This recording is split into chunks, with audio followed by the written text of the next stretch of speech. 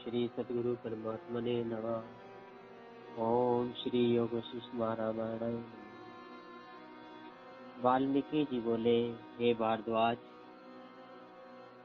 सिद्ध ऐसे वचन कह के विचारने लगे कि रघुवंश का कुल पूजने योग्य है। जिससे राम जी ने बड़े उदार वचन मुनीश्वर के सम्मुख कहे हैं। अब जो मुनीश्वर उत्तर देंगे वह भी सुनना चाहिए।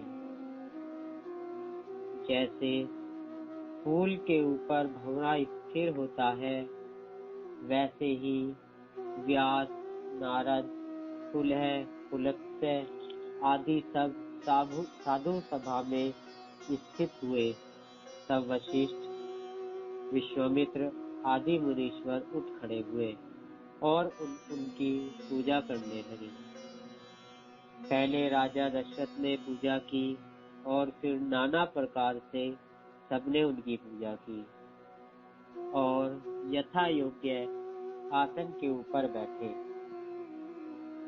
उनमें नारद जी हाथ में बहुत सुंदर वीणा लिए और श्याम मूर्ति व्यास जी नाना प्रकार के रंग से रंजित वस्त्र पहने हुए मानो तारागणों में महाश्याम घटा आई है, विराजमान थे। ऐसे ही दुर्वासा, वामदेव, पुलह, पुलत्स्य, बृहस्पति के पिता अंगिरा, भृंगु और मैं भी वहाँ था। और ब्रह्म ऋषि, राजऋषि, देवऋषि, देवता, मुनीश्वर सब आके उस सभा में उपस्थित हुए।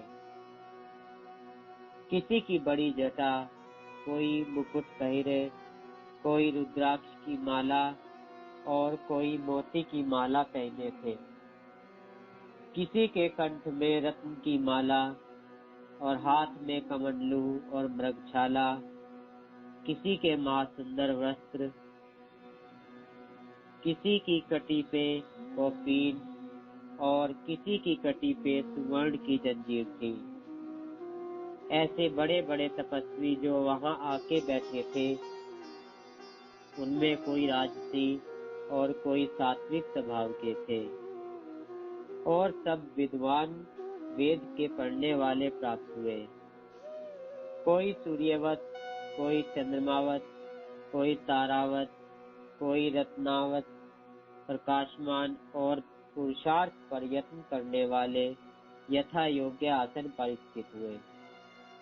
मोहनी मूर्ति और दीन स्वभाव वाले राम जी भी हाथ जोड़ के सभा में बैठे और उनकी सब पूजा कर कहने लगे कि हे राम जी, तुम धन्य हो।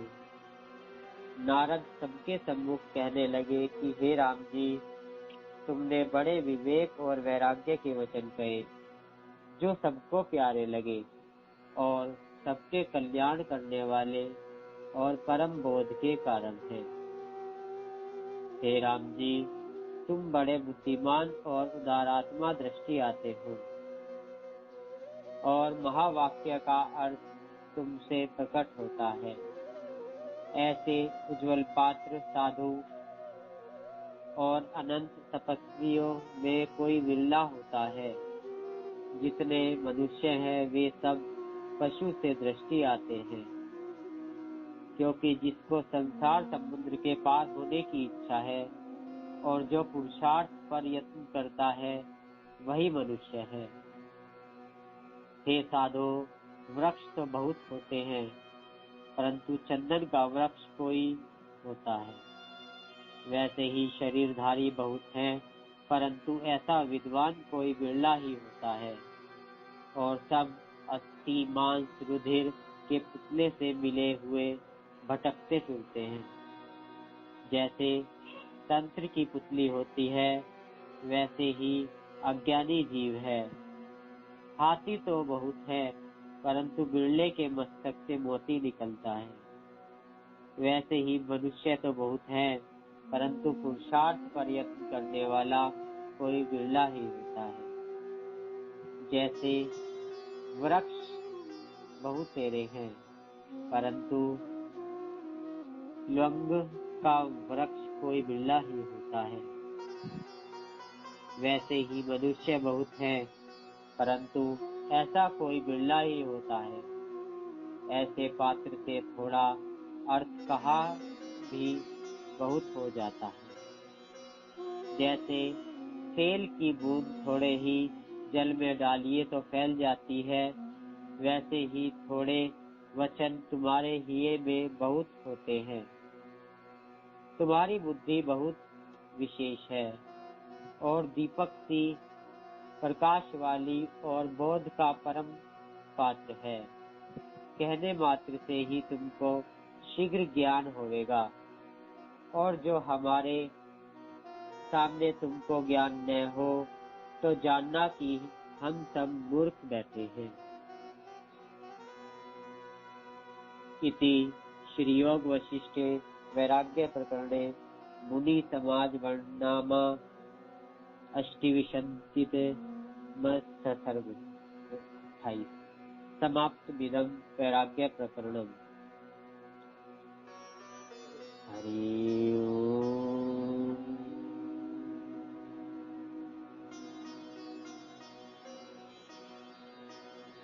हरि ओम।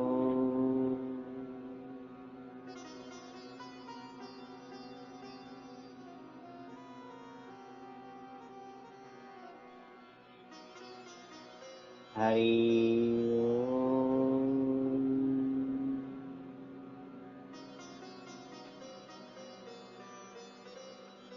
हरि